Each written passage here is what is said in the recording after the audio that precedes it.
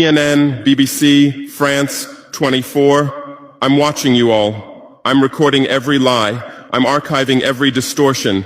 I am Ibrahim Traore, and today I'm pulling off your masks. Yes, you heard correctly. I, whom you call a young military junta leader, whom you brand as a dangerous radical, whom you serve up as an anti-Western dictator, am now telling you the truth. And this time you cannot turn off your microphones. This time you cannot turn away your cameras. This time your editors cannot cut this speech, because the world you monopolize no longer exists. Because millions will hear these words now, without passing through your filters, without being subjected to your distortions, without being muddied by your lies. I am 34 years old. Every day of my life, I grew up with your lies. As a child, I would watch Africa on television. Always the same images. Children with flies, dry lands, weapons, death. This is Africa, they told us. This is what Africa is. And we believed it. We were ashamed of ourselves. We were ashamed of our own lands, of our own people. But then I grew up. I read, I researched, I questioned, and I understood that the Africa you showed us wasn't real. The story you told us was a lie. The fate you imposed on us was a script you had written. For years, how have you portrayed Africa? How have you shown it? How have you sold it to your viewers? As if we were creatures who had no share of humanity, as if we were savages left outside of civilization, as if we were wretches waiting for you to save us. Every day, every hour, every minute, the same story plays on your screens. Hunger, war, disease, corruption, terror, chaos. These are the words that come to mind when Africa is mentioned.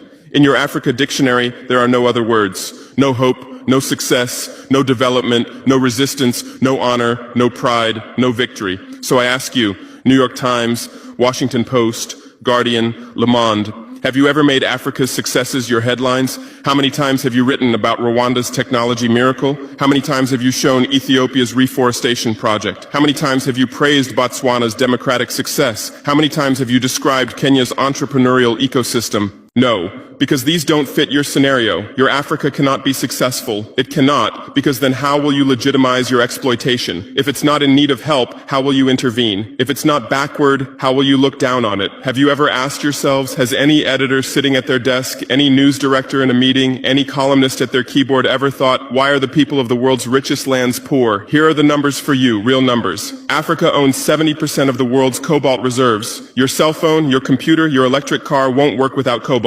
This cobalt comes from Congo, but Congolese can't afford cell phones. Africa owns 90% of the world's platinum reserves. Catalytic converters, electronic devices, medical implants, they all need platinum. This platinum comes from South Africa, but South Africans are crushed by unemployment. Africa provides 30% of the world's gold production. Mali, Burkina Faso, Ghana, Tanzania.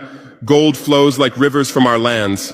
But our people swim in poverty. Africa supplies 65% of the world's diamond production.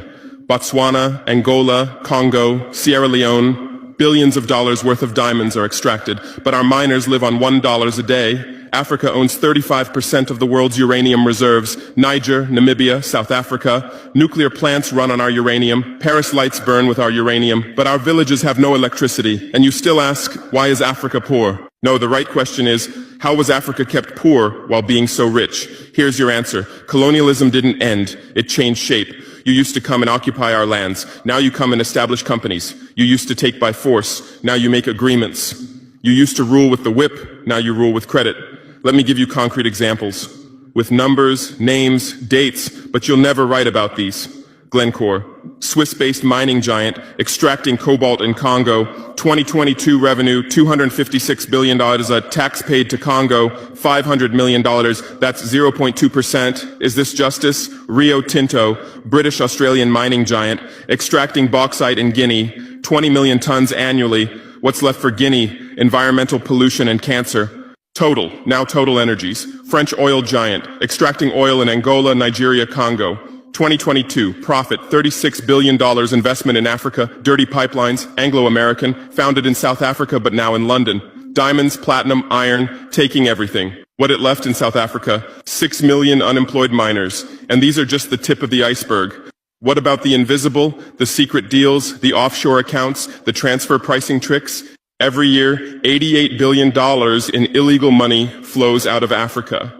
Who writes about this? Every year, $45 billion in aid comes to Africa. Everyone writes about this, but no one says Africa is not the continent receiving aid, it's the continent giving aid.